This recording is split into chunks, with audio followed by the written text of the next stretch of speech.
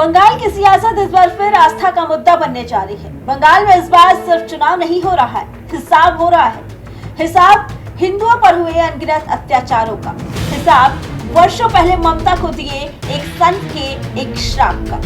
दरअसल सालों पहले ममता बनर्जी को साधु संतों द्वारा दिया गया एक श्राप फलीभूत हो रहा है, जिसे एक संत ने बंगाल में हो रहे हिंदुओं पर अत्याचार से प्रभावित होकर दिया था। कहा जाता है कि उस संत ने चेतावनी दी थी कि जहां सनातन को दबाया जाएगा वहां सत्ता ज्यादा दिन टिक नहीं पाएगी, और अब वही बात धीरे धीरे सच होती नजर आ रही है। बंगाल की सियासत में उसका असर साफ नजर आने लगा है। बंगाल अब इसी कथित श्राप की चर्चा पूरे चुनावी माहौल में तेज हो गई और सबसे ज्यादा सवाल उठ रहे हैं ममता बनर्जी के फैसलों पर। साल 2016 में दुर्गा पूजा विसर्जन पर रोक का फैसला एक बड़ा मोड़ माना जाता है।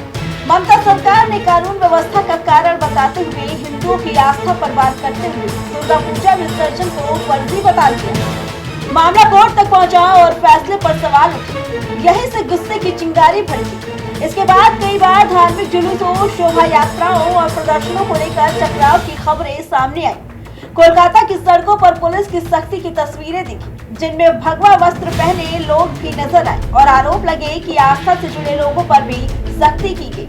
भले ही सरकार ने इसे कानून व्यवस्था बताया, लेकिन इन घटनाओं ने लोगों के मन में एक धारणा जरूर बना दी। इसी के साथ घुसपैठ और बदलती जनसंख्या को लेकर भी लगातार बहस तेज होती रही। विपक्ष का आरोप रहा है कि बंगाल की पहचान बदल रही है और सरकार इस पर सख्ती नहीं दिखा रही, जबकि सरकार इन आरोपों को राजनीति बताती रही। लेकिन जमीन पर चर्चा कुछ और ही कहानी कहती रही। धीरे धीरे ये धारणा गहराती गई कि हिंदू संगठनों और संत समाज में नाराजगी की लकीरें बढ़ रही हैं, और यही नाराजगी अब चुनावी मुद्दा बनती जा रही है। अब चुनाव से ठीक पहले इस नाराजगी को श्राप से जोड़कर देखा जा रहा है, और कई मंचों पर ये कहा जा रहा है कि संतों ने सालों पहले जो चेतावनी दी थी उसका असर अब दिख सकता है।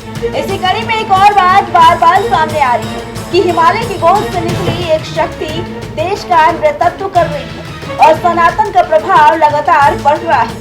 कई लोग इसे नरेंद्र मोदी से जोड़कर देखते हैं और मानते हैं कि देश में जो बदलाव दिख रहा है उसका असर अब बंगाल की सियासत में भी दिख सकता है। ऐसे में अब सवाल और भी बड़ा हो गया है, क्या ये सिर्फ चुनावी बयानबाजी है या फिर सालों से बन रही नाराजगी अब नतीजों में बदलने वाली है? क्योंकि इस बार बंगाल में मुकाबला सिर्फ सत्ता का नहीं बल्कि आस्था, पहचान और विश्वास का बन चुका है। और जब चुनाव भावनाओं पर लड़ा जाता है तो नतीजे अक्सर चौंकाने वाले ही होते हैं। Bureau report, prime TV.